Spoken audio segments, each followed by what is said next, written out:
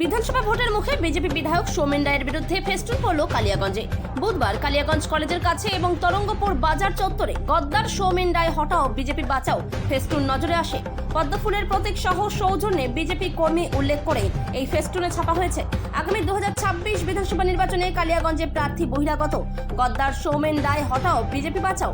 বিধায়ক ভোটের মুখে বিধায়কের বিরুদ্ধে এমন ফেস্টুন দেখে স্বাভাবিকভাবেই সাধারণ মানুষ চমকে ওঠে। বিধায়ক বিরোধী ফেস্টুন কাণ্ডে চরম অস্বস্তিতে বদ্ধ শিবির। এই ফেস্টুন কাণ্ডে বিধায়ক সৌমেন রায়ের কোনো প্রতিক্রিয়া মেলেনি। এই প্রসঙ্গে বিজেপির শহর মণ্ডল সভাপতি অপূর্ব রায় বলেন, পোস্টার পড়ার কথা শুনেছি, তবে সেটা কোন বিজেপি কর্মী দিয়েছে নাকি বদমাইশি করে কেউ বা কাহারা এটা করেছে সেটা বলা যাচ্ছে না। এখন ভোটের সময় এসব চলতেই থাকবে। কালিয়াগঞ্জ থেকে অনুপ জয়সওয়ালের রিপোর্ট, বিগ নিউজ বাংলা। দেখুন, যে পোস্টার পড়েছে সেটা পোস্টার কোথায় পড়েছে ঠিক লোকেশনটা আমি জানি না, কিন্তু আমিও দেখেছি।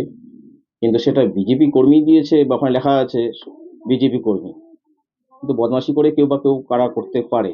ঠিক আছে, এখন সামনে ভোটের সময় এটা এইসবের এগুলো চলতেই থাকবে। কি বলবেন তাহলে? তিনি যতদিন না ভোট হচ্ছে তিনি আমাদের বিধায়ক, ঠিক আছে।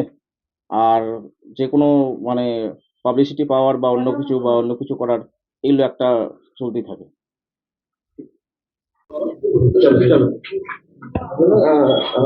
পোস্টার করেছে বিজেপি সমর্থিত বিধায়কের বিরুদ্ধে, কি বলবেন? বিজেপির বিধায়ক অর্থাৎ আমাদের কালিয়াগঞ্জের জনসাধারণের বিধায়ক সৌমেন রায়, তার বিরুদ্ধে পোস্টার করেছে, আমিও দেখলাম।